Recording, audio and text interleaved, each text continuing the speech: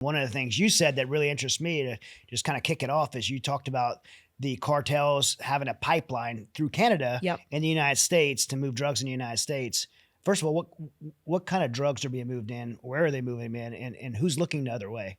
So, first of all, I think most law enforcement agencies are looking the other way, particularly in Canada, because they simply don't have the resources or the manpower to deal with it. And I have been told this by law enforcement sources in Canada, who would, of course, not say this publicly, as they can't. They fear, whatever backlash they would get. But off the record, So you don't think complicit? You think? I mean, I'm sure there's some complicity. Some there's a cases, level corruption, of complicit actions. but a lot of it is just incompetent and not capable. Exactly. Yeah. They're incapable of dealing with this big beast of transnational organized crime that has fallen upon Canada. And so over a year ago was when I first flagged this issue. And there are a lot of other really great Canadian crime reporters who have been talking about the ties between cartels in Canada and China and Canada, particularly because of fentanyl precursors. And in Canada, at the Port of Vancouver, we have this open port, essentially. I said this on Sean Ryan, that less than 1% of what comes into the port is even monitored. And rail is even less than that. And then there's also land crossings.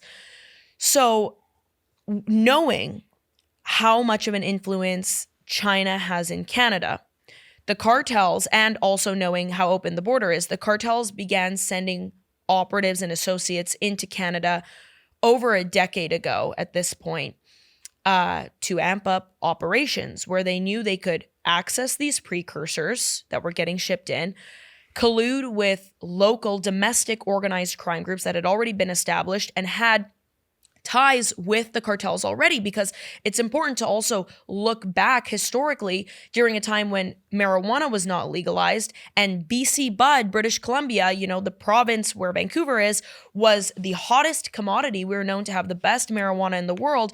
And a lot of the organized crime groups in Canada were already dealing with this marijuana with the Sinaloa cartel. And so those connections were already made.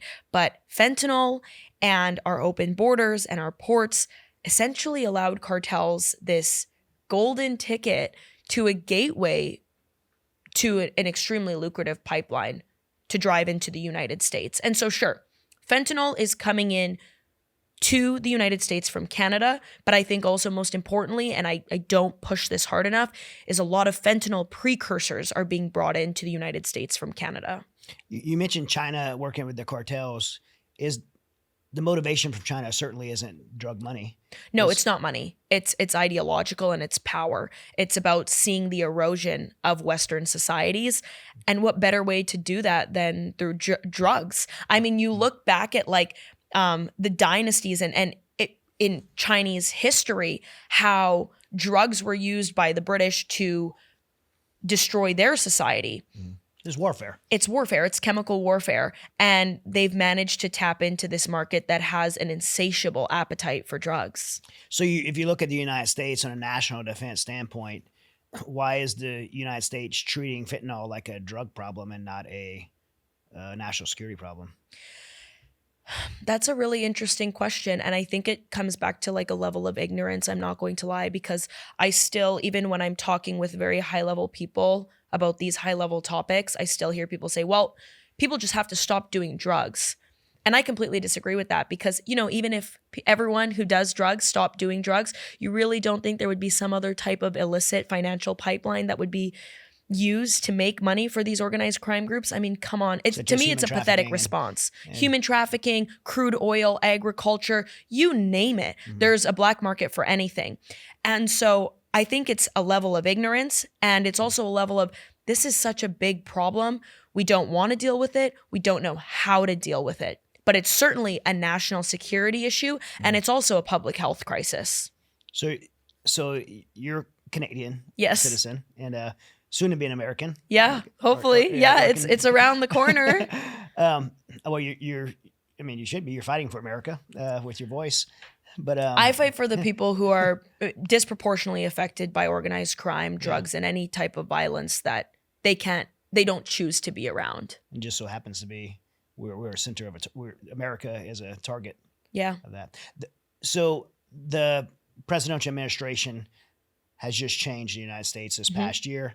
Radical change. A 180 in much of our policy. Are 100%. you seeing policy changes that protect America more in this area, or is this new administration still missing the mark?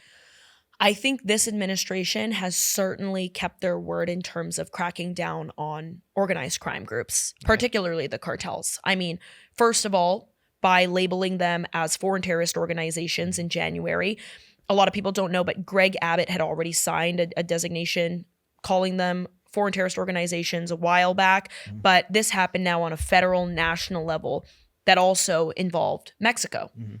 And then it appears as Explain that when you said that involved Mexico. well, this is what Okay. I'm going to say is Okay. I think that the actions that this administration has taken, whether that's through designating them FTOs, calling to shut down, really lock down the southern border on both fronts, has kind of strong-armed Mexico into giving the U.S. a wide open backdoor. We're seeing collaborative efforts to an extent between the U.S. and Mexico, but a lot of what's happening, particularly when we see these transfers, we just had one this week. So far, 2 major transfers of large figures within the narco world have been brought from Mexican prisons into the United States to face justice here.